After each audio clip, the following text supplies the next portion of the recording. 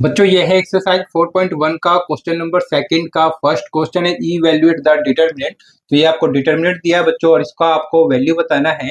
तो कैसे सॉल्व करेंगे बच्चों? तो जब भी आपको डिटरमिनेंट का वैल्यू बताना है बच्चों, तो डिटरमिनेंट के क्वेश्चन में जो डिटरमिनेंट होता है उसको आपको ट्रायंगल से शो करना है बच्चों। तो डिटरमिनेंट हमें क्या दिया है तो इसको आपको लिख लेना है। तो ये हमें क्या दिया है, cos theta minus sine theta, और साथ में क्या है तो साइन थीटा, और ये यहाँ पर है कॉस थीटा। ठीक है, इसका आपको वैल्यू बताना है। तो कैसे वैल्यू बताएंगे बच्चों? तो डिटरमिनेंट लिखेंगे, राइट। और वैल्यू कैसे बताते हैं तो आपको इस तरीके से मल्टीप्लाई करना है। कॉस थीटा का किससे मल्टीप्लाई करेंगे? कॉस थीटा से। तो पहले इस तरीके से होगा और उसके बाद मल्टीप्लाई हम इन दोनों का करेंगे। तो कॉस थीटा का मल्टीप्लाई कॉस थीटा से करें तो कॉस थीटा इंटू और ये आपका कॉस थीटा। ठीक है, दोनों का मल्टीप्लाई करेंगे माइनस, और माइनस करेंगे क्या बच्चों? तो ये आपका साइन थीटा, साइन थीटा। ठीक है, इंटू करेंगे किसका? तो ये आपका माइनस साइन थीटा, राइट। तो sine theta into minus sine theta, और ये बीच में माइनस का साइन आता है। तो क्या करते हैं, इन दोनों के प्रोडक्ट में से आपको इन दोनों के प्रोडक्ट को, ये मतलब इन दोनों का मल्टीप्लाई को क्या करना है? माइनस करना है बच्चों। ठीक है, उम्मीद करता हूँ समझ में आ गया होगा। आगे बढ़ेंगे। तो डिटरमिनेंट किसके इक्वल होगा? Cos theta into cos theta. तो ये आपका क्या होगा? ये आपका होगा कॉस स्क्वायर थीटा। ये माइनस और ये माइनस, तो ये क्या हो जाएगा? प्लस, और साइन थीटा का मल्टीप्लाई साइन थीटा से, तो ये आपका हो जाएगा साइन स्क्वायर थीटा। ठीक है, अब डिटरमिनेंट का जो वैल्यू आएगा वो क्या आएगा बच्चों? तो आपको पता होना चाहिए, sine square theta plus cos square theta. तो आपने ये 10th में भी पढ़ा होगा कि sine square theta plus cos square theta किसके इक्वल होता है? 1। तो इसी तरीके से अगर मैं इस तरीके से लिखूँ cos square theta plus sine square theta, तो ये भी क्या होता है बच्चों? 1 होता है। तो ये इसका वैल्यू क्या होगा? 1 होगा। तो इस तरीके से इस डिटरमिनेंट का जो वैल्यू आ रहा है वो 1 आ रहा है बच्चों, और यही इसका क्या हो जाएगा? आंसर हो जाएगा बच्चों। तो उम्मीद करता हूँ समझ में आ गया होगा इसका फर्स्ट पार्ट। अब इसके सेकंड पार्ट को सॉल्व करते हैं बच्चों। इसमें 2 पार्ट है। तो बच्चों ये है इसका सेकंड पार्ट, और इसका हमें क्या करना है? वैल्यू फाइंड आउट करना है बच्चों। ठीक है, तो कैसे फाइंड आउट करेंगे बच्चों? तो ये जो डिटरमिनेंट है इसको हम डिटरमिनेंट के साइन से पहले दिखा देंगे। तो डिटरमिनेंट क्या दिया है? तो आपका x square minus x plus 1, और ये आपका x माइनस 1, और यहाँ पर है x प्लस 1, और ये आपका x प्लस 1। ठीक है, और आपको क्या करना होता है बच्चों? जब डिटरमिनेंट का वैल्यू बताना है तो क्या करना है?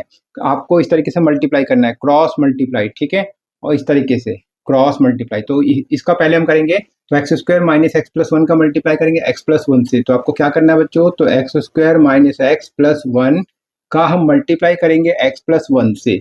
तो मल्टीप्लाई के लिए हम क्या करते हैं? दोनों को ब्रैकेट में लिख देते हैं इनटू, राइट। अब क्या करें बच्चों? तो माइनस करेंगे बच्चों। किसको माइनस करेंगे? इन दोनों के प्रोडक्ट को, मतलब इन दोनों को मल्टीप्लाई को। तो एक्स प्लस 1 का हम क्या करें? मल्टीप्लाई करना है, किससे करें? तो एक्स माइनस 1 से। ठीक है, तो इसको ब्रैकेट में इनटू, राइट। इसके आगे सॉल्व करेंगे बच्चों। तो ये डिटरमिनेंट का साइन, और इसको सॉल्व करना है। तो कैसे सॉल्व करेंगे बच्चों?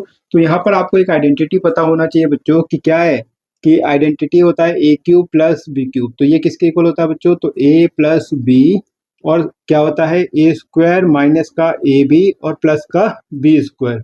ये आइडेंटिटी होता है। अब अगर मैं ए की जगह एक्स लिख लूँ बच्चों, तो एक्स क्यूब, और बी की जगह 1 लिख लूँ तो 1 क्यूब किसके इक्वल होगा? तो यहाँ पर आपको ए की जगह एक्स और बी की जगह 1 लेना है। तो एक्स प्लस 1 फिर क्या होगा? ये आपका एक्स का स्क्वायर हो जाएगा, और फिर ए और बी का मल्टीप्लाई, एक्स और 1 का मल्टीप्लाई, तो ये आपका एक्स, फिर बी स्क्वायर मतलब 1 का स्क्वायर। तो 1 का स्क्वायर तो 1 ही होगा। ठीक है, तो x plus 1 into x square minus x plus 1 किसके इक्वल होगा? तो x cube plus 1 cube. 1 cube मतलब ये किसके इक्वल होगा? ये आपका एक्स क्यूब प्लस 1। ठीक है, तो यहाँ पर देखिए बच्चों, एक्स प्लस 1 तो ये दिखाई दे रहा है एक्स प्लस 1, और x square minus x plus 1 तो x square minus x plus 1 तो ये दिखाई दे रहा है। ठीक है, तो इस पूरे को मिला के किसके इक्वल होगा? ये एक्स क्यूब प्लस 1 के इक्वल होगा। तो आपको ये लिख लेना है बच्चों कि ये क्या होगा? तो ये आइडेंटिटी से बन गया एक्स क्यूब प्लस 1। अब यहाँ पर देखिए बच्चों, ए प्लस बी और ए माइनस बी, तो इसका भी आइडेंटिटी आपको पता होगा कि ए प्लस बी, अगर ए प्लस बी और ए माइनस बी जो कि आप शुरू से पढ़ते हुए आ रहे हैं, तो किसके इक्वल होगा? तो A square minus B square के।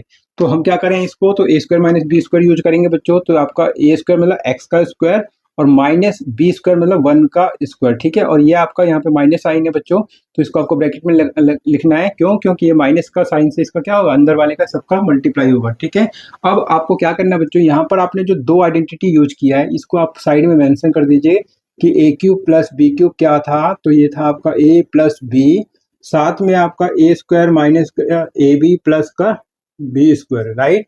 एंड करके आप बता दीजिए कि इसमें आपने एक आइडेंटिटी और यूज किया है, ए प्लस बी और ए माइनस बी, जो कि किसके इक्वल है? तो ये आपका A square minus B square.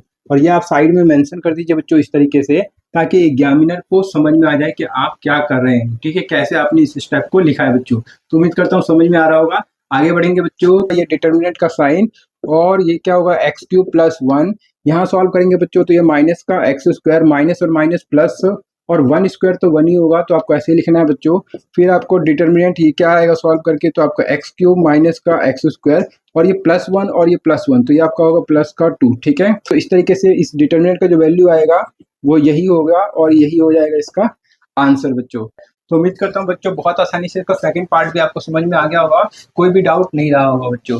तो अगर अच्छे से समझ में आ गया है तो वीडियो को लाइक करना है बच्चों, चैनल पे नए हैं तो प्लीज चैनल को सब्सक्राइब कर लेना बच्चों, क्योंकि एनसीईआरटी के आसान सॉल्यूशन आपको इस चैनल पे देखने को मिलते रहते हैं बच्चों।